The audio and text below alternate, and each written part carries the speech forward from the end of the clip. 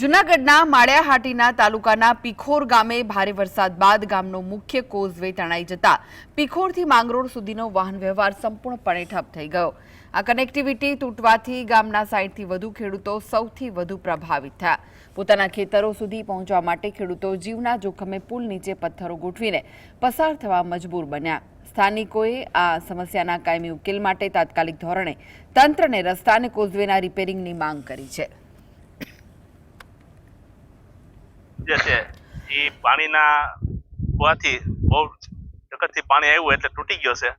અહીંથી જતા બધા ખેડૂત છે, આજે 20-25 થી 30 ખેડૂતો છે, એનો રસ્તો છે અત્યારે, જેની અંદર આજે ખેડૂતને વાવવાનું બાકી છે ને વાવેતર બાકી છે, એટલે જેને દાણા આતે બધું લઈ જવાનું હોય, વાવેતરની અંદર ગાડા છે, બળદ છે લઈ જવાનું હોય, કોઈ છોકરાને સ્કૂલે જવું હોય, આની સમસ્યા છે એને તાત્કાલિક ને ધોરણે આ પુલનું કામ સરકાર કરે એવી આ ખેડૂતની બધાની માંગ છે।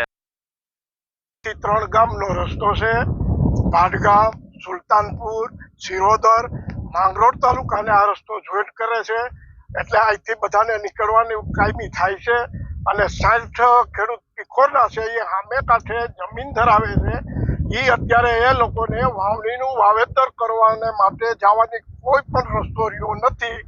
એ લોકો વાડીઓની અંદર રહે છે। હવે અત્યારે એના છોકરાઓને ભણાવવાનું, પછી એ લોકોને કાયમી રેશન ને લેવા માટે ગામમાં આવવાનું, એ ક્યાંથી એને આવવું, ક્યાંથી જવું, કેમ જવું, એ બધું અત્યારે એને મુસીબત ઊભી થઈ છે।